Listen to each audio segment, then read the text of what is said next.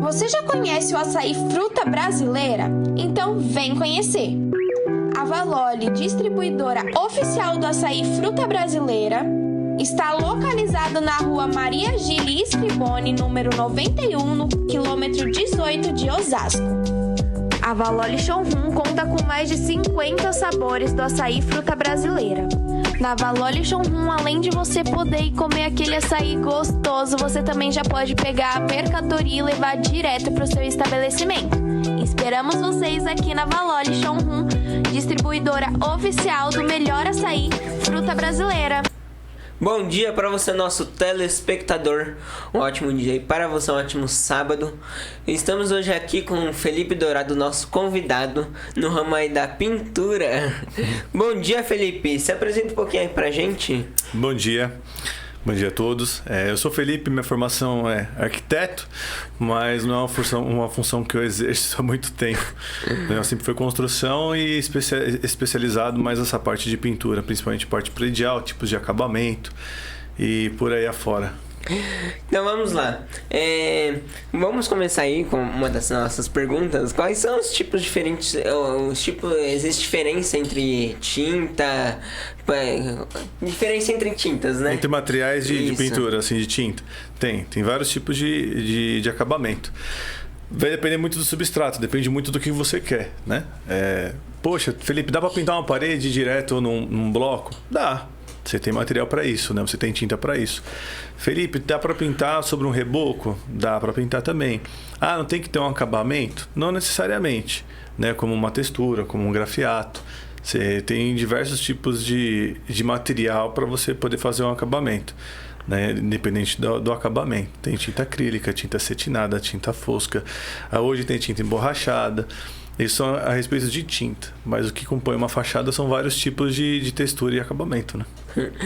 Mas aí, quais são as técnicas mais usadas em comum assim para pintura? Tipo, usam máquina? Mas pintura interna ou externa? Interna e externa. Tá, vamos lá. Pintura externa. Os acabamentos mais comuns que a gente encontra hoje, que seriam mais assim acessíveis para as construtoras, para quem vai construir sua própria casa, é a textura rolada, né? Que é o material mais em conta, que é uma textura acrílica, né? Então é uma massa acrílica praticamente. E aí você vem com um rolo de cabelinho de anjo, você consegue fazer a aplicação direto sobre a seladora, né? Então assim, tudo tem seu processo. A gente acha que pintura é pegar um pintor ali que passa na rua, jogar para dentro do quintal e falar pinta aí, né? A gente pode pintar ele de qualquer jeito, né? Mas não é assim que funciona. Tá, e como você prepara você vou dar um exemplo dessa parede. Como você prepara para começar a pintar ela? Um tipo de preparamento. Para você receber uma textura, você tem que ter uma parede lisa, né? Então, a forma como você vai utilizar ou para poder deixar ela lisa, não importa, né? Você pode utilizar vários tipos de massa pronta, reboco, que é cimento. Depois disso, você tem que fazer uma preparação, que é a selagem. Pouca gente presta atenção nisso. Você já viu aquelas casas ou aqueles prédios que você chega e você olha para a parede, tá descascando? Parece que... Sabe quando você toma um sol e a pele vai descascando assim? Acontece a mesma coisa com a fachada, se não tem a seladora. Então, depois a seladora... Sabe esses poros que tem? Fica tudo poroso, né? A massa. Né? Então a seladora ela vem conforme você vai passando, aplicando a seladora acrílica, ela vai fechando todos esses poros. Então ela dá uma aderência para o revestimento. Então depois disso você consegue vir com uma textura. Aí você vem com a textura rolada, ou você vem com ela na cor, ou você pinta ela posteriormente, né? Então assim, existem alguns processos, e o primeiro processo depois do acabamento, que seria um reboco, é passar a seladora. E depois da seladora você pode vir com qualquer outro tipo de textura. E a seladora é para não deixar... esqueci o nome. Para ela não soltar. Isso, soltar, não deixar umidade, né? Não é uma questão só de umidade, né? É uma questão mais mesmo dela dar uma aderência. Quando você passa a mão no reboco assim, não esfarela na sua mão? Sim. Então, qualquer coisa que você passar, ela não vai ter aderência. Com o tempo, ela vai esfarelar, vai cair. A seladora, ela cria uma camada por cima e ela te dá uma aderência. Então, você consegue aplicar qualquer tipo de acabamento, qualquer tipo de pintura. O que seria a técnica do esfumado na pintura?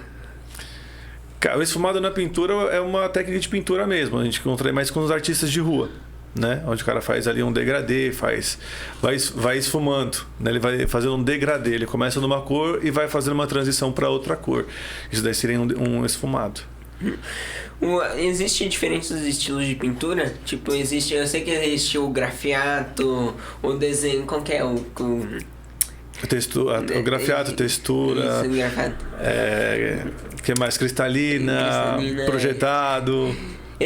Também existe aquele... como que chama? Que o pessoal faz no meio da rua durante a noite. Grafite? Isso, daí existe o grafite, né? Que é uma arte também. Sim, é uma arte. A gente também tem. A gente tem pra você ter ideia, né? Poxa, Felipe, mas uma empresa de pintura, ela utiliza, né? Grafite? Utiliza.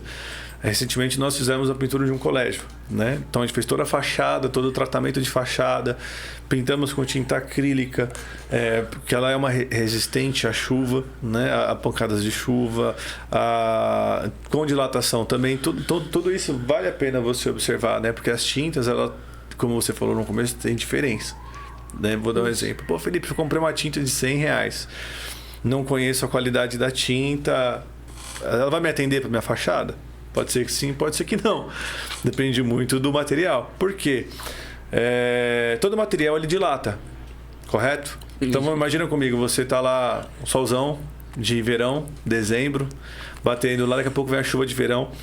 Aí essa tinta sai tudo da parede. Há uma mudança de temperatura na fachada drasticamente, muito rápido. Então o que acontece? Os pontos de dilatação de material, por exemplo, de um bloco que é cerâmico por uma estrutura que é o concreto armado, são diferentes. Então uma vai dilatar vai retrair mais rápido do que a outra. Nisso começa a aparecer as trincas. Se você não tem um material legal que acompanha essa dilatação, que é viscosa, elástica, vai aparecer muito a trinca na sua fachada.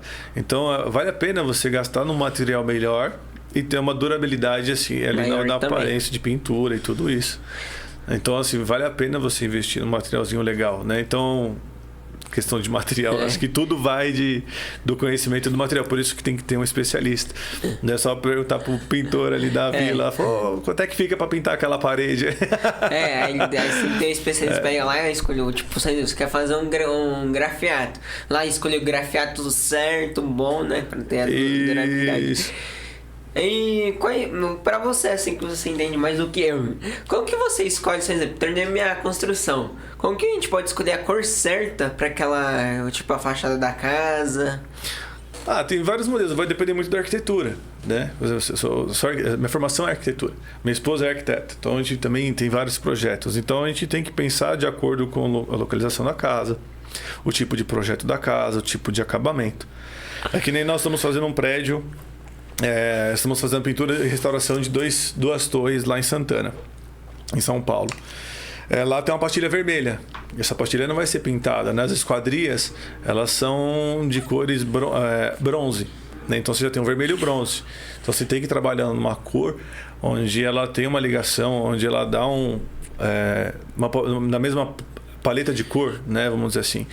Não dá para você pintar num rosa, num laranja, que vai ficar muito, que vai fugir muito. Não se conversam as cores ali. Então você precisa ter essa questão sim. Quais são os principais erros que a pessoa pode cometer na hora da pintura? Primeiro, não contratar um profissional adequado, né? Uma empresa séria. É um corpo humano. Toda edificação, todo prédio, casa, é como um corpo humano. Ele tem estrutura, que são os nossos ossos. Ele tem os músculos, tem todos os tendões, tem articulações, que são ali juntas de dilatação. E você tem a nossa pele, que é a parte final, certo? É o que aparenta. E aí a pessoa começa a sentir dor. É que nem toda hora tá trincando aquela parede, toda hora tá trincando. O cara vai lá e passa uma massinha e pinta de novo, vai trincar de novo.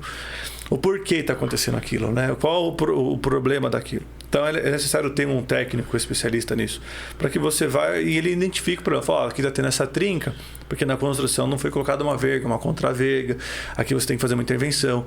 Ou então essa parede está sempre úmida porque está do lado da garagem, do subsolo da garagem, onde chove, não tem um escoamento de água legal, não tem uma impermeabilização na parede, e aí você consegue fazer uma pintura certa, bem adequada. Então aí você consegue tirar assim a forma correta de se iniciar uma pintura, que é tratando o problema. E depois a pintura ela só é um acabamento, né? Aí sim você consegue só pintar, rolar e tudo mais, você já conseguiu resolver os problemas. Alguma possibilidade, tipo, uma pré-construção, que terminou a construção hoje. Aí você vai lá e vai pintar a casa. Pode existir alguma possibilidade de alguma trinca tendo a ver, por exemplo, da casa se movimentar? Dizem que a casa se movimenta em um ano depois que ela termina. Não, até 21 anos, porque é o tempo onde a terra demora para ela poder se assentar. Toda intervenção de construção, você acaba movimentando terra, fundação, viga baldrame, tudo isso vai movimentar, você vai ter movimentação de terra. A terra, para ela se assentar, ela tem um período de 21 anos. E aí vai determinar outros fatores também que vão determinar onde está alocada a sua casa, a sua residência, o prédio, o comércio, onde estiver. No lugar que passa caminhão.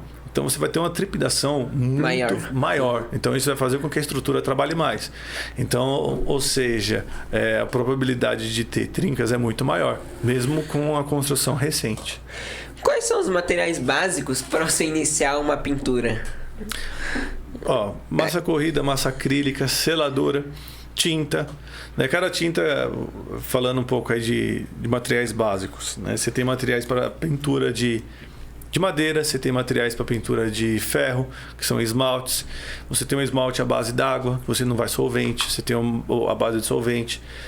Cada um tem uma diferença. O de a base de solvente não tem cheiro, mas ele demora mais para secar. Aí sabe aqueles corrimão que você olha assim, você vê as digital de todo mundo que passou ali? Porque ele é a base d'água, então ele demora um pouco mais. O solvente ele é um pouco mais rápido. Existe alguma possibilidade, por exemplo, preciso lá fazer uma mistura de tal cor com tal cor para virar um tom meio que eu preciso? Sim. Existe alguma possibilidade de dar um erro naquela mistura? Depende de onde você compra a tinta. Vou dar um exemplo. Hoje, quando você compra uma tinta, todo mundo fala assim, muda o lote. Não é que muda o lote. É tudo preparado com a mesma base, da mesma empresa.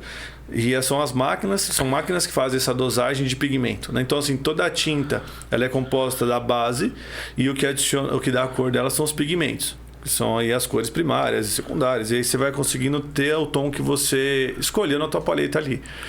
Então, o que acontece às vezes? A máquina não está 100% assertiva. Pode ser que... São esguichos, né, de pigmento que eles dão. Então, quando você está ali, ela dá um esguichinho, cai fora, ou tem a falta de manutenção da máquina, ela entope aqueles esguichos.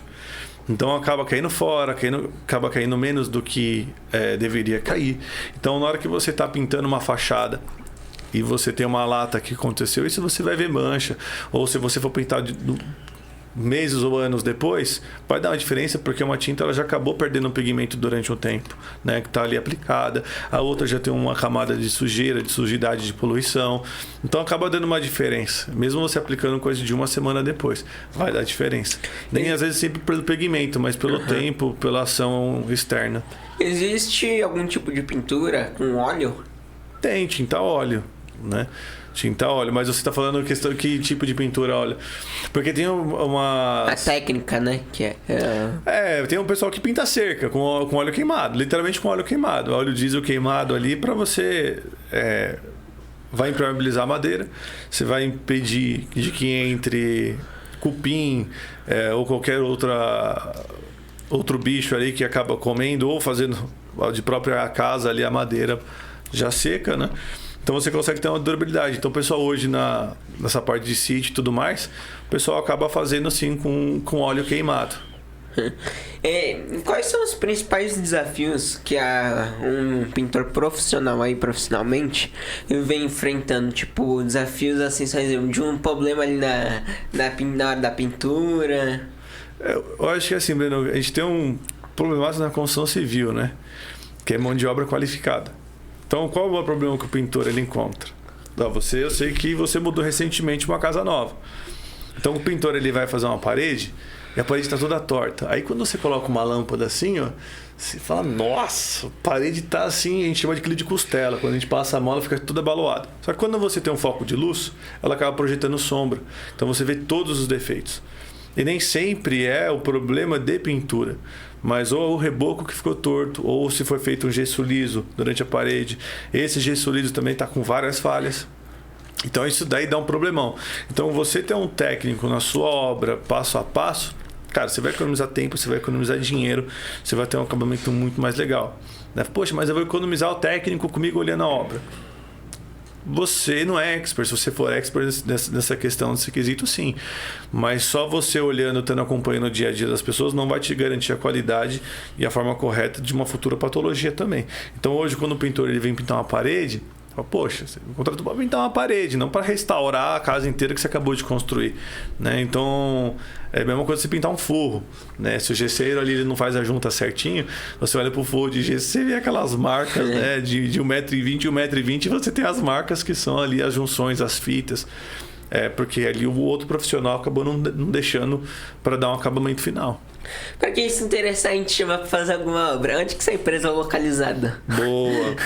A nossa base ela é em Barueri, né? Ali na aldeia de Barueri. Nós temos o escritório ali no Betaville. Temos a nossa base operacional na aldeia, que é próxima, onde ficam as nossas ferramentas, material, onde a gente faz ali a manutenção dos nossos equipamentos. Lembrando que a gente trabalha com prédios, né? Muitos prédios e tudo mais. Então, tem que ter uma licença certa para poder estar operando, que são as NR35, NR18. Então, o cordeiro para descer, ele desce na cadeirinha, a cadeirinha tem que ter RT, a obra precisa ter RT, precisa ter um seguro de vida, precisa ter um seguro da obra. Não são questões fáceis de trabalhar. Todo mundo acha que é fácil. Contrata o pintor lá e vai fazer. Não, para você fazer certinho. E vale a pena. Então nós somos localizados em Barueri, atendemos todas as regiões de São Paulo. Então nós hoje temos obras em Santo André, no ABC Paulista, temos obra em Jundiaí, temos obra em Santana, em São Paulo, temos obra em Guarulhos, né, que estamos finalizando. Então, independente do lugar, né? Então, tanto pintura residencial, pintura de prédios, pinturas industriais, galpões. Então tudo isso a gente consegue fazer. Pintura industrial é legal, sabe por quê? A gente tem aquelas máquinas que são airless. Já viu ou não? Não. É uma máquina que ela projeta através do ar. Então é uma máquina que ela puxa tinta com um compressorzão e ela vai impulsionando tinta. Então para você pintar essa parede que é bem irregular, que é uma textura, você tem que passar o rolo e passa de novo, porque ainda vai ter lugar que o rolo não vai alcançar. Se você olhar, você vê o verdinho lá no fundo, ó. Uhum. Um verdinho água, né, lá atrás ainda, que era a cor antiga da parede, dá para ver. Por que acontece? Você pinta, é difícil o rolo alcançar. As airless não, ela com a pulverização, quando você liga ela, você vem fazendo o preenchimento dela, que é uma pistola, ela é ligada na tubulação e vem lá, ó. Aqui é pintura de carro, já viu os caras pintando carro? Uhum. Só que é para parede. Então, assim, você consegue fazer muito em pouco tempo. Uhum. Né? E uma forma legal com que preencha tudo. Uhum. E vamos lembrar aí, né, o principal, né, que estamos esquecendo, nosso patrocinador, né? Nossa açaizinha aqui, ó, gostoso demais. A Valoli Showroom Açaí, localizada aqui em Osasco, no quilômetro 18, na rua Maria Guili Escriboni, número 91. Vai estar aparecendo o QR Code aqui em algum lado, no canto aqui da tela, aqui na nossa tela, o Instagram deles e o número de telefone deles. É só escanear o QR Code que você já é direcionado pro WhatsApp deles. E lembrando, nosso outro patrocínio aí, a DM Autopeças, maior autopeça da região oeste de Carapicuíba, faz entrega também. Se você precisar de alguma peça elétrica ou injeção, ligue lá no 4184-1258. Aí você não comentou nem o nome da sua empresa, né? Acho que já tá aqui, ó, chama Alpha Colors Pinturas. Né? Que aí eu dei um probleminha aí, que eu fiz um probleminha aí na edição aqui do vídeo, né? Que ia aparecer aqui na TV e eu não consegui colocar logo, infelizmente. Não tem problema. Mas é Alpha Colors Pinturas, quem tiver interessado tá lá, tem nosso Instagram. Alpha Colors Pinturas, com PH, tá? É um L só, então Alpha com PH, Colors Pinturas. Pintura predial, você vai encontrar a gente tanto no Instagram, no Facebook, no YouTube. No LinkedIn, tem YouTube, tem no LinkedIn também. Aí tem um pouco das nossas obras, das nossas capacitações e por aí. Tem muita gente que procura a gente, né? Porque para acompanhar a obra, o pessoal não sabe, né, como é que funciona. Então o pessoal contrata ali e fala, eu queria fazer uma obra grande, uma pintura legal, tem uma durabilidade, um material bom. nem todo mundo sabe acompanhar, nem todo mundo entende patologia. Eu vim numa família de construtores, né, Breno? Então, para mim, desde os 4 anos de idade, sempre fui obra, o que eu sei fazer hoje. Então, hoje eu aprendi a ler os problemas da obra e como solucioná-los para a gente poder ter uma estética legal com uma durabilidade boa. Só um exemplo. A pessoa vai lá e já começa a fazer a pintura. Aí deu algum defeito. Se a pessoa vai lá e te procura e te contrata para tentar solucionar esse problema dela, vocês conseguem, tipo, analisar esse problema dela? Sim, com certeza. A gente precisa, que nem um médico, né? Você precisa ter o diagnóstico. Ó, esse problema está sendo ocorrido por tal patologia, né? É uma infiltração, ou é um problema de selagem, ou é um outro tipo de problema de algum outro químico, né? Então a gente consegue identificar sim, tratar. Aí já teria especialistas para isso. Isso, isso mesmo. Aí vamos ver. Existe. Tá vivo, hein? Tá vivo. Existe, como fala a técnica de aquarela? Tipo. Tem, que é o que você falou, que é fazer um degradê, o fumacê, né? Que é você vir trazendo ali igual a Alpha Colors. A Alpha Colors, ela é uma aquarela, o símbolo dela. Então, como que faz essa pintura? É só com técnica. Então, que eu estava falando do colégio que nós fizemos. Ali a gente teve grafite para fazer. Então, teve um evento em Mariston que chama Favelarte. E a Alpha Colors foi um dos patrocinadores em questão de material e tudo mais. Foram 54 grafiteiros de toda São Paulo. Então, Zona Leste, Zona Oeste, Zona Sul, Zona Norte. E eles se concentraram lá para fazer grafite no meio da cidade, da comunidade. Então, foi um trabalho legal. O William foi um dos cabeças aí. E a gente teve um bom relacionamento ali. E a gente acabou patrocinando, que nós temos esse interesse em transformar. A gente tem o nosso slogan transformando cores em vida, né? E ali você consegue fazer. Então, através do grafite, você consegue fazer o aquarela, fazer qualquer tipo de fumacê, degradê ou o que for. Eu sempre tive uma dúvida. Existe algum tipo de pintura com guache? Cara, você vai conseguir só fazer em paredes internas, né? Mas tem gente que trabalha com guache, sim, na próprio grafia, o próprio os desenhos internos, né, de grafite. Alguns em paredes internas você faz em quarto, essas coisas você consegue fazer com guache. Nós temos uma parede nossa no escritório com o logo da Alpha Colors, e é uma aquarela. Ela foi feita em guache pelo nosso técnico Alex. O Alex é o nosso técnico, ele também é arquiteto, mas é o cara que faz toda a gestão da nossa equipe. Então, o Alex, ele tem uma mão, assim, cara, sensacional. Faz tatuagem, faz desenho, faz tudo isso. Então, assim, ele fez todo o desenho e fez toda a aplicação, todo o desenho em parede interna do nosso escritório, onde não tem água, não tem nada. A durabilidade também é certa. Passa uma resina ali por cima, vai ficar anos lá. Fala um pouquinho pra gente. Existe algum tipo de movimento artístico relacionado com a pintura? Tem. O Brasil é uma boa referência, né? Você tem hoje que tem o Cobra, aquele que fez ali da Cacau Show, ali na Castelo Branco.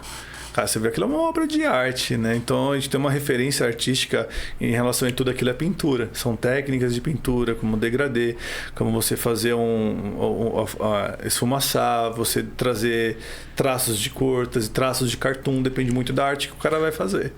Então isso daí, o Brasil é um dos países assim bem vistos, né? Não sei se você viu que fecharam recentemente a Ponte Estaiada. Né? Não vi. Fecharam recentemente a Ponte Estaiada, né? Se você olha ali o pessoal falando nos comentários, todo mundo olha para nós hoje, brasileiros, paulistas, seja o que for, a gente vai e fala, pô, tá sujando poluição visual, mas para gringo aquilo ali é arte. O cara foi na altura, escreveu, fez. Então depende muito do que é arte ou não, tá? Não estou defendendo o piche e também, mas a questão do grafite, o Brasil hoje ele é visto também como uma nação boa de grafiteiros, né? Pessoas ali com técnicas boas de pintura. Depois da pintura finalizada, existe algum tipo de, como eu posso dizer, algum material para proteger ela? Tem vários tipos de materiais. Nós temos pode ser algum tipo de impermeabilizante incolor, que ela vai trazer uma aderência legal, vai trazer uma resistência também legal. Você tem hidrofugantes, que é o mesmo sentido de impermeabilização, de proteção. Você tem resina, você tem verniz. Tudo que é utilizado para proteger o acabamento final, né? Você pode estar utilizando para poder proteger a sua pintura ou um desenho artístico que você faça. Como construir um efeito de luz sobre-realista, tipo uma pintura? A gente chama de pontos de luz, né? Então, assim, vai depender muito da arte, muito do que a pessoa está fazendo, né? Mas você ter pontos de luz, ela tem uma integração legal em todo o desenho, em toda a arte que você faz. Ela acaba trazendo destaque, trazendo profundidade, trazendo uma vida, né? É mais a parte de iluminação, isso. Então, são pontos específicos do desenho, onde você vai trabalhando pontos de luz dentro dessa arte, que ela vai te dar uma profundidade, ela vai dar um realismo no teu desenho. Uhum. Tirando o pincel, assim, existe mais máquinas que podem te ajudar naquela hora lá? Tipo, só exemplo, eu vejo que vocês pintam um prédio, só exemplo, com aquelas... Cadeirinhas? Não, esqueci. Plataforma elevatória. Isso, plataforma elevatória. Não, a gente tem muitos tipos de acessos, né? Então, muitos tipos de materiais. Então, é incrível. A gente começa com uma obra... A gente não começa já a falar assim, são esses materiais que a gente vai começar. Porque cada etapa a gente tem um tipo de material, tipo de equipamento específico. Então, o prédio a gente desce na cadeirinha, porque a plataforma elevatória vai no máximo 12, 17 metros, 20 metros de altura. Eu lembrei qual é a cadeirinha. Agora, um prédio que você tem 80 metros, 60 metros, são as cordas onde a gente desce. Então, a gente desce ali com uma corda que é uma linha de vida e outra corda que é a cadeirinha. Então, a gente desce com todo o equipamento de segurança. Tem lugares que tem trabalhos mais específicos que tem que ser andaime. Então, pega 9 metros, 10 metros de pé direito. Você tem os andaimes de fachada, que são um pouco mais estreitos, um pouco mais leves também, onde você tem a fixação, né? Então, eles são presos na fachada para não cair e tudo mais, e você ter os acessos legais para você poder fazer o tipo de serviço, né? Fora isso, de pincel, a gente tem rolo, trincha, brocha. O que seria isso, trincha? A trincha, ela é como se fosse um pincel, né? Ela parece um pincel, é uma trincha, é um pouco menor. Você tem aí os pincéis, depois disso você tem as brochas, que são... Sabe o que é brocha? Não. A brocha parece parece uma vassoura, só que mais enxuta. Né? Tá. Então, ela para pinturas mais grossas, ela também é indicada. Aqui seria mais fácil pintar uma textura, pintar mais com brocha do que com um rolo. E tem vários tipos de rolo. Tem rolo que você para trabalhar com textura, tem rolo para você trabalhar com tinta direto sobre o bloco, tem rolo que você vai utilizar para esmalte, tem rolo que você vai usar para epóxi. Então, cada tipo de pintura você tem um rolo específico. Vou contar uma gafe da minha irmã.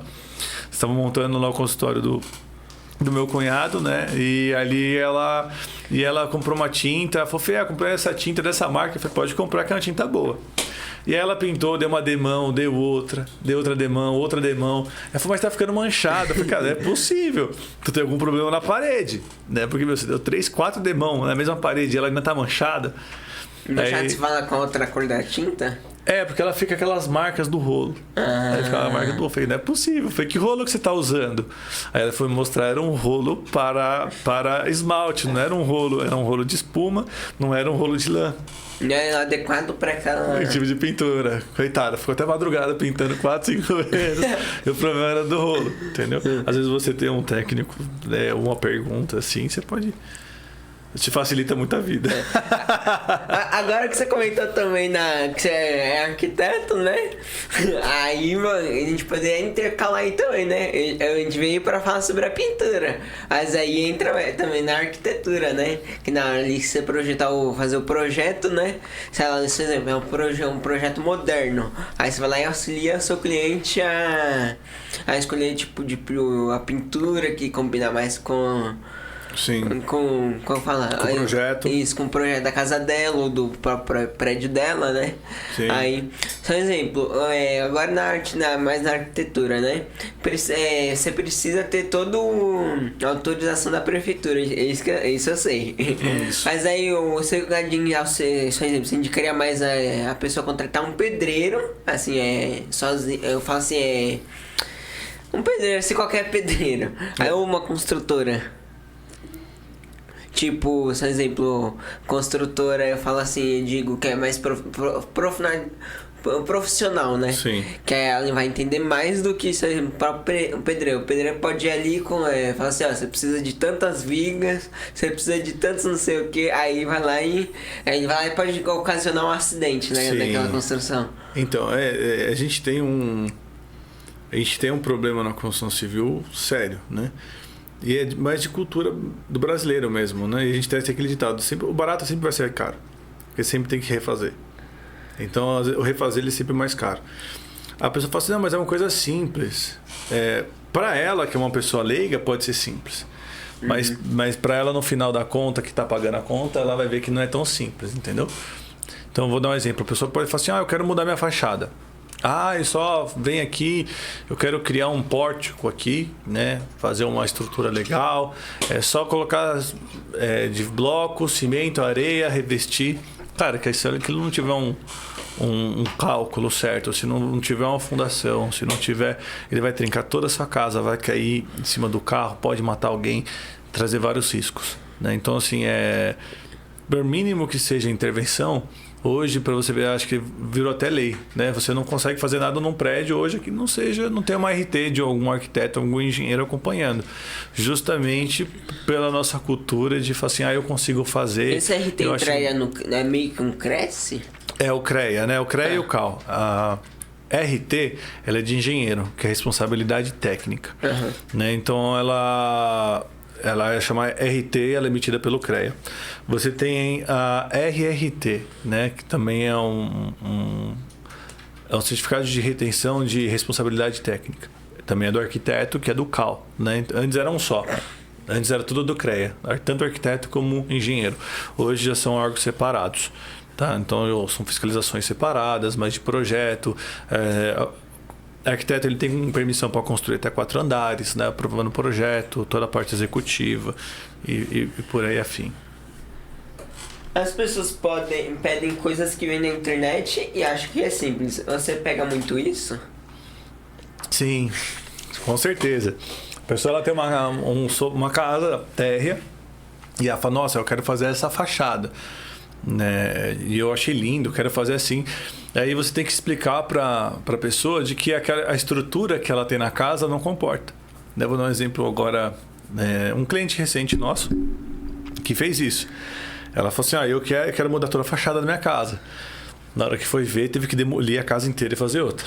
É porque faltava estrutura, né? Não tem estrutura, não tem como. Para você fazer isso, você tem uma fundação. Se você fizer isso daqui, você vai comprometer aquela outra área. Essa área você não tem como colocar uma ventilação. Então a pessoa ela acha bonito, mas nem tudo é viável, né? Nem tudo é viável. Igual a pessoa, ela compra lá um Fusca e ela quer colocar um motor de Porsche. Cara, não dá. Mas eu vi na internet um cara que criou um carro e colocou um motor de Porsche. Não vai caber. A estrutura do Fusca não cabe o motor de um Porsche. Você vai ter que fazer tudo de novo ou mudar toda a estrutura do Fusca. A mesma coisa na casa. Então tem gente que quer fazer. Na internet tem muita coisa. Não, porcelanato líquido. Virou uma febre. Vou dar um exemplo agora, tipo de acabamento, tá? Saindo um pouquinho. Também vem para a parte da pintura e também parte de arquitetura e pintura. Poxa, Felipe, vi muitos vídeos na internet. Meu piso aqui tá feio, né? Poxa, porcelanato tá caro, né? Quase R$200 um metro. E eu vi lá que tem um porcelanato líquido que passa ali uma massinha e tal, o cara joga por cima e fica lindo. Nunca vi isso. Se você pesquisar na internet, você vai achar vários. E o pessoal começou a querer fazer. Só que aí existe vários tipos de problema, né? Problema de você não tem junta de dilatação. Então, qualquer coisinha, vou dar um exemplo. Você olha para o piso, você está olhando o piso aqui, você está vendo que ele tem rejunte. Esse rejunte ele é flexível.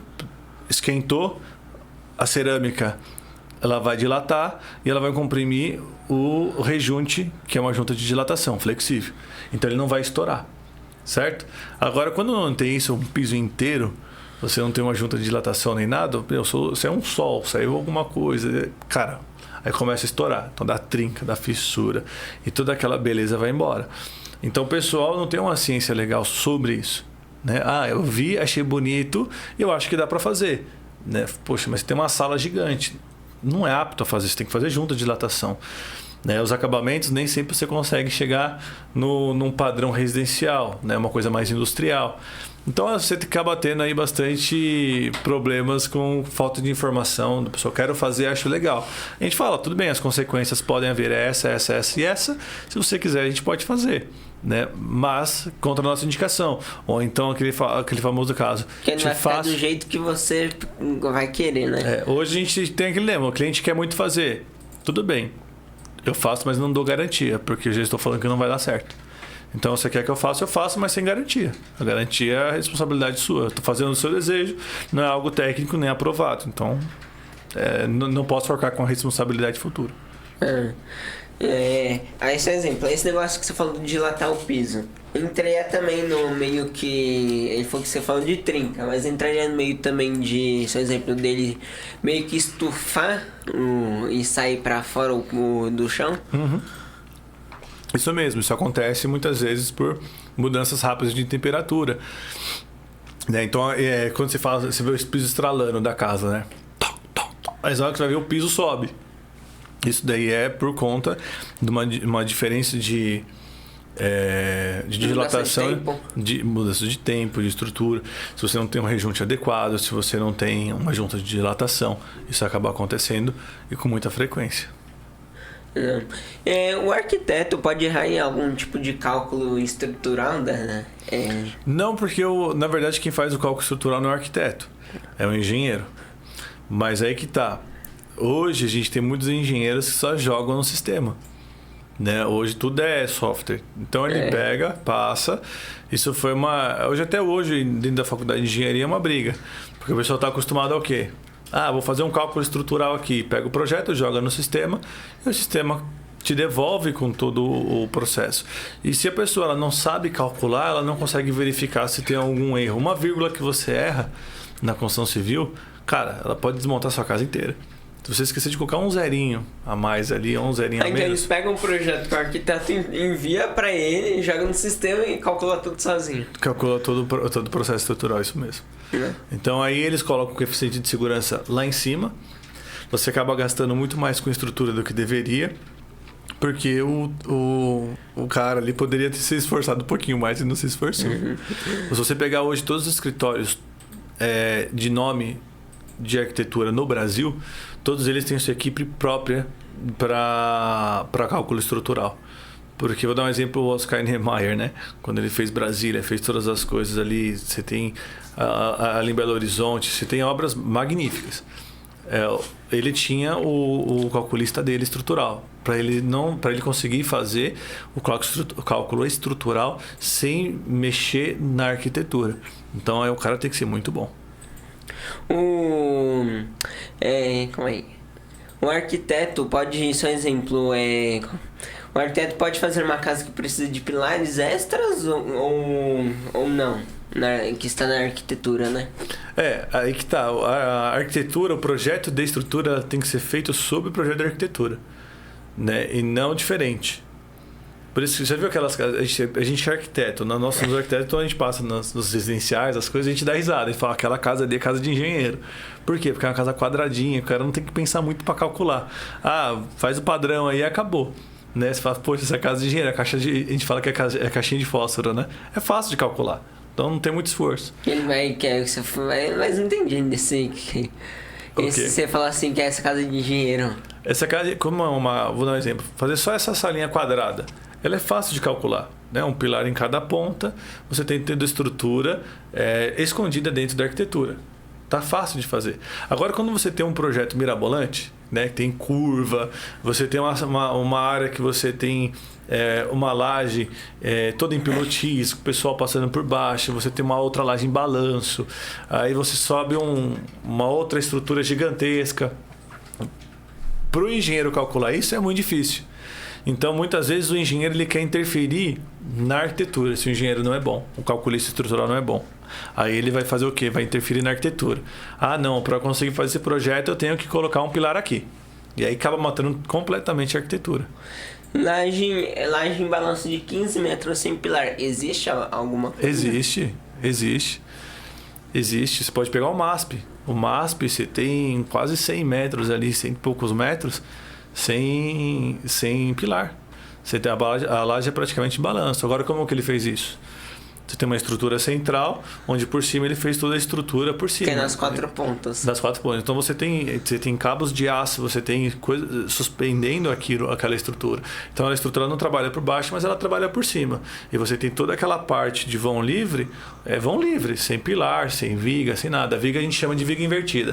A viga, de vez de ficar para baixo, ela fica para cima, onde você tem um parapeito, onde tem essa parte. Nossa. Então você acaba dissolvendo ela na arquitetura. Esse é cálculo, cara. Você tem que trabalhar com vários outros tipos de materiais, né? Com cabo de aço. Estudar bem ali para aquele projeto para não dar um errinho. Um errinho pode fazer alguém perder uma vida, né? Sim, literalmente. Um investimento altíssimo, né? Além são vidas, né? Um investimento alto, você pode perder todo o seu dinheiro. E o principal de tudo, você pode perder uma vida ali. Aí você pode perder uma vida, né? Mas só que aí só exemplo, só exemplo, uma casa vai lá e caiu por falta de uma viga. Isso pode dar algum problema, só exemplo, pro engenheiro, pro arquiteto? Ou tipo, só exemplo, vou sobrar para aquilo lá, ou só exemplo, é culpa do dono? Vai depender. O primeiro que vai responder é o dono. O primeiro que a polícia vai levar para a delegacia é o dono, é o proprietário da casa. E a proprietária fala, não, a casa eu contratei profissionais para fazer. Eu não fiz por mim mesmo, não contratei o pedreiro, o Joãozinho, o Francisco, que é amigo do Joãozinho lá da esquina. Então eu contratei um especialista. Quem foi? Foi o arquiteto. Então ele vai catar o arquiteto. Você que fez a casa? Sim. Fiz o projeto da casa, tá aqui o projeto da casa. E você que fez todo o cálculo estrutural? Não fui eu. Tive um escritório que fez todo o cálculo estrutural. Estão aqui o cálculo, está aqui o projeto estrutural da casa. Né? Então aí vai pegar o engenheiro daquela empresa e vai falar assim, você que é o responsável, você que assinou pela estrutura, você que disse como tem que ser a estrutura, como foi executada a estrutura, os cálculos são seus, daí o que acontece? Não, meio que o arquiteto terceiriza o serviço do engenheiro? Não, pro engenheiro? Não, porque o cálculo estrutural, na verdade, é engenheiro. E não é só engenheiro civil, tem um calculista que... vou dar um exemplo, quando você vai no médico, você está com problema de visão, você vai no clínico geral? Não. Sai no oculista. No oftalmo, né? No oftalmo, isso, você vai no oftalmo, certo? Porque ele é especialista disso, então ele é médico e é especialista disso. Então, lembra que eu falei que a construção civil, a construção, ela é com um corpo humano? Ela tem os especialistas. Então, para a estrutura, é o calculista estrutural, é um engenheiro. Então, você não vai catar e pegar um podólogo para fazer isso, vai? Não. Você vai pegar um design de sobrancelha para ver seu olho? Mesma coisa. Entendeu? Então, todo mundo tem essa... Mas o arquiteto pode fazer o cálculo estrutural? Até 4 andares ele pode. Então, ele vai fazer esse cálculo... Se ele achar que está dentro dos limites dele, ele vai fazer. E se tiver algum tipo de problema, ele tem que arcar com essa responsabilidade. Agora, se o dono da casa não contrata arquiteto, não contrata um engenheiro nem nada, caiu. E faz por ele mesmo a responsabilidade total dele. Aí, por exemplo, aí dá um errinho lá no cálculo lá do engenheiro. Fala assim, não tem como fazer esse projeto. O engenheiro tem que avisar o arquiteto ou ele avisa o dono? De Deus, ou muda o calculista. Que tudo dá. Essa é a realidade. Tem coisa que não dá, uma casa flutuando, isso não existe. Mas a questão é todo o projeto, quando o arquiteto ele faz, tem que ser viável, né? Com todas as condições do cliente, de terreno e tudo mais. Então, assim, pode haver do calculista falar assim, preciso mudar alguma coisa no projeto, porque eu não consigo fazer isso ou aquilo outro. Ou para eu poder fazer esse projeto estrutural, vou ter que fazer uma viga de intersecção aqui. A estrutura vai acabar ficando 30%, 40% mais caro para o cliente. E o cliente fala, não quero gastar tudo isso, pode pôr um pilar. Então o arquiteto vai ter que voltar o projeto para ele poder pensar de uma forma arquitetônica para poder resolver esse problema e dissolver toda a estrutura que for criada ali dentro da arquitetura. Isso acontece muito, sabe onde? Em projetos executados. O cara... Vou dar um exemplo de um cliente nosso que estava fazendo uma construção com uma outra empresa. E essa outra empresa, a gente estava fazendo numa área e contrataram uma outra empresa, uma outra construtora para fazer em outra área. não tiveram ali na execução um acompanhamento adequado. Então, na execução, eles não seguiram o projeto. Erraram. Tiveram que contratar um outro calculista para recalcular como resolver a falta de uma estrutura que já passou. Então, tiveram que pagar para um calculista novo, para um arquiteto novo, porque o arquiteto teve que redesenhar toda a fachada. Porque teve que acrescentar viga, teve que acrescentar pilar, teve que redesenhar tudo. Então, assim, já é uma obra em construção. Cara, foi um baita prejuízo. Quando tem um balanço e o proprietário não contrata um engenheiro ou um empreiteiro, pode fazer reforços na estrutura? Depende, se a estrutura estiver já bem danificada, você pode. Você pode fazer um reforço da estrutura com estrutura metálica, que ela é mais rápida. Vou dar um exemplo. Há uns anos atrás nós fizemos no Brás, tinha um prédio de 2 andares. Era loja embaixo, fábrica em cima. E ali você não tem mais terreno, nem mais nada. Então o dono do prédio falou, quero subir mais 3 andares. Como que a gente faz isso sem demolir? A gente criou estruturas novas. Então a gente fez fundações novas, trabalhou paralelo às estruturas existentes e a gente foi criando toda a estrutura paralela para poder aguentar. Então, ou seja, dentro desse prédio que ficou de 5 andares, você tinha uma estrutura para 2 andares e uma estrutura para 3, trabalhando no mesmo lugar, mas estruturas diferentes. Tudo que a gente conseguiu trabalhar foi com estrutura metálica, um material mais leve, um material mais rápido de se trabalhar. E aí você consegue alcançar o mesmo fim dentro da construção civil. Mais rápido assim, se fala de trabalhar por conta que é mais fácil de ir lá e colocar o material no... Correto. Aí o material já vem pronto, portado. Você vai fazendo as soldas, vai fazendo os grampeamentos, vai fazendo a junção com o parafuso. Toda a estrutura metálica. Então, isso pode ter algum erro no futuro? Tipo, de ocasionar... Não, porque foi bem pensado, foi bem calculado. Então já foi uma estrutura, não interfere na outra. Então quem olha por fora vai ver um prédio de 5 andares. Mas quem olha pro corpo tem uma prótese lá dentro. Né? Você, poxa, você vê um cara com uma prótese no braço.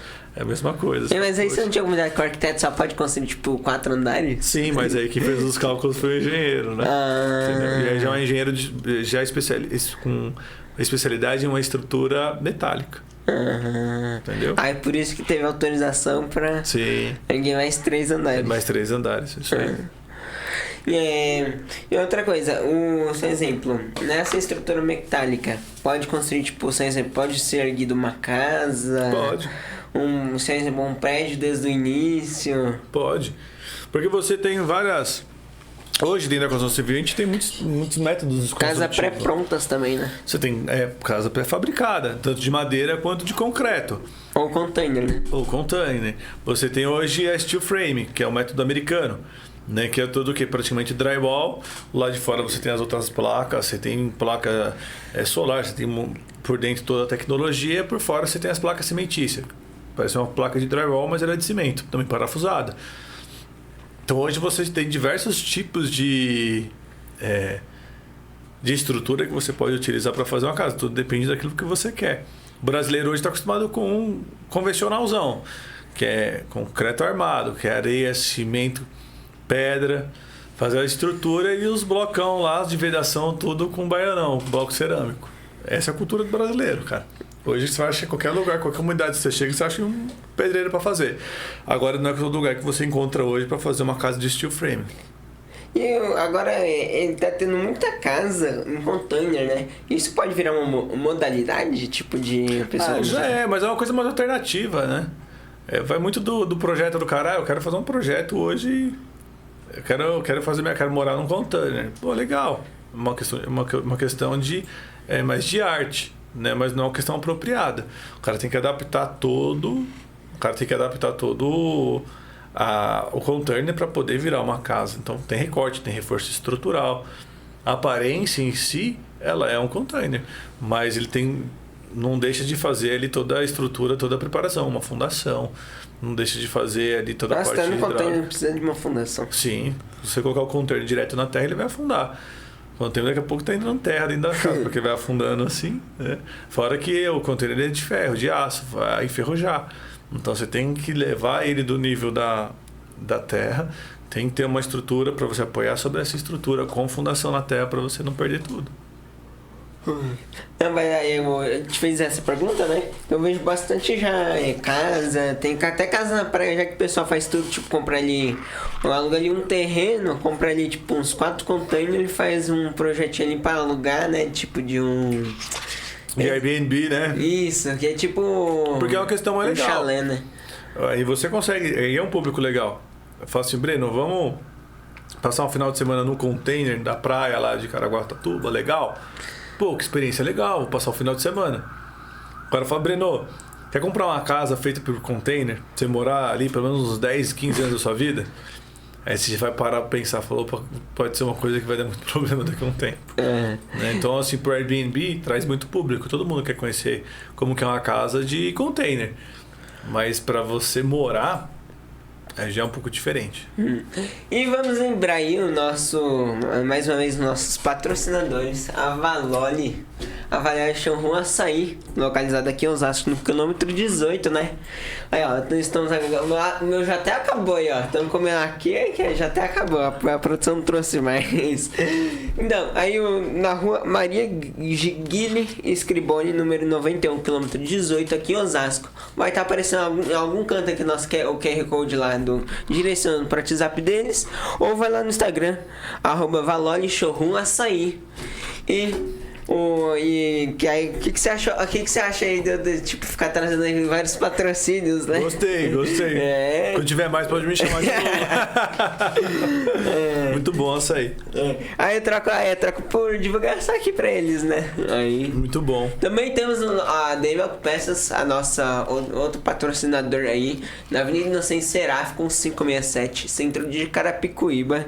Ou se você precisa de alguma peça de injeção eletrônica ou elétrica, eles entregam, viu? É só ligar no 4184-1258.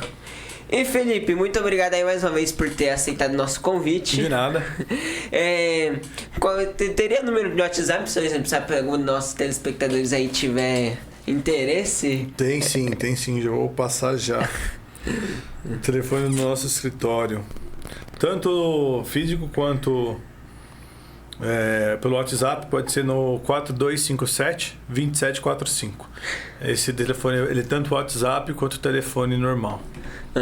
E muito obrigado aí de novo, tá bom? E por ter aceitado nosso convite, pela parceria aí. Tem mais alguma coisa aí a dizer? Acho que não. Se tiver, pode chamar de novo que a gente vem, né? Vai sobre isso aí, mais alguns outros assuntos, né? Vamos pra trazer sobre a arquitetura, né? E semana que vem temos mais, junto com o nosso amigo aí querido Renato Bueno. Muito obrigado aí mais uma vez por estar nos assistindo.